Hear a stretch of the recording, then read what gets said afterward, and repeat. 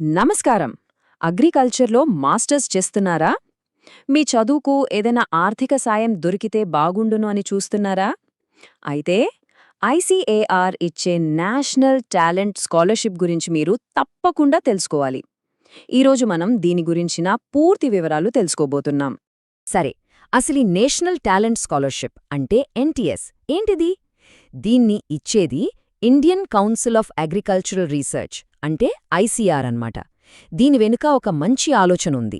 అదేంటంటే విద్యార్థులు వాళ్ల సొంత రాష్ట్రంలో కాకుండా వేరే రాష్ట్రానికి వెళ్లి అగ్రికల్చర్ చదువుకోవాలి.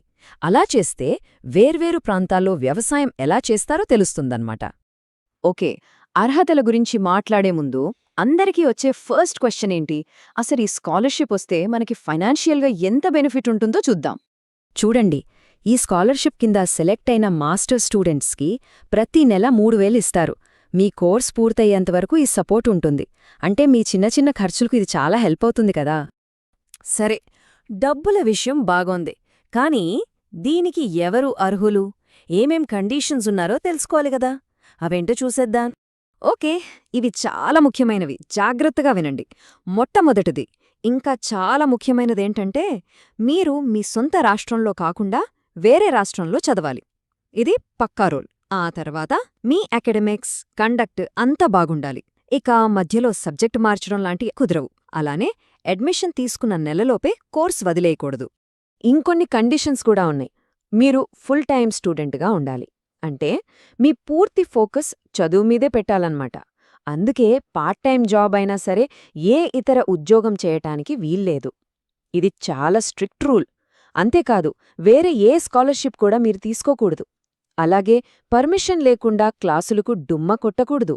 సో, ఈ కండీషన్స్ అన్నీ మీకు ఓకేనా? మీరు ఎలిజిబుల్ అనిపిస్తోందా? గ్రేట్! మరింకెందుకు ఆలస్యం? ఆన్లైన్లో ఎలా అప్లై చేయాలో స్టెప్ బై స్టెప్ చూసేద్దాం. ఒక్క విషయం బాగా గుర్తుపెట్టుకోండి. అప్లికేషన్స్ కేవలం ఆన్లైన్లోనే సబ్మిట్ చెయ్యాలి. అది కూడా వాళ్ల అఫీషియల్ వెబ్సైట్లో మాత్రమే. వేరే ఏ విధంగా పంపినా, అంటే పోస్ట్లో పంపినా, ఇంకెలా పంపినా అస్సలు యాక్సెప్ట్ చెయ్యరు. ప్రాసెస్ చాలా సింపుల్ అండి. 3 steps. Step 1, official ICAR NTA website open చేయండి. స్టెప్ 2, ఆన్లైన్ అప్లికేషన్ ఫామ్లో వివరాలన్నీ జాగ్రత్తగా తప్పులు లేకుండా నింపండి. ఇక లాస్ట్ స్టెప్ 3, వాళ్లు అడిగిన డాక్యుమెంట్స్ని స్కాన్ చేసి అప్లోడ్ చేయడమే. మరి ఏమేం డాక్యుమెంట్స్ అప్లోడ్ చేయాలి? ఇక్కడొక చిన్న క్లారిఫికేషన్. స్టార్టింగ్లో మీ సర్టిఫికెట్లన్నీ అప్లోడ్ చెయ్యక్కర్లేదు. ప్రస్తుతానికి మీ లేటెస్ట్ ఫోటో, మీ సంతకం, ఇంకా మీ బొటనవేలి ముద్ర, ఈ మూడింటినీ స్కాన్ చేసి అప్లోడ్ చేస్తే చాలు.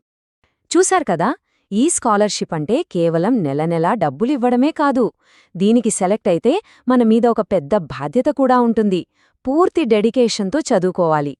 కాబట్టి అప్లై చేసే ముందు ఒక్కసారి మిమ్మల్ని మీరు ప్రశ్నించుకోండి.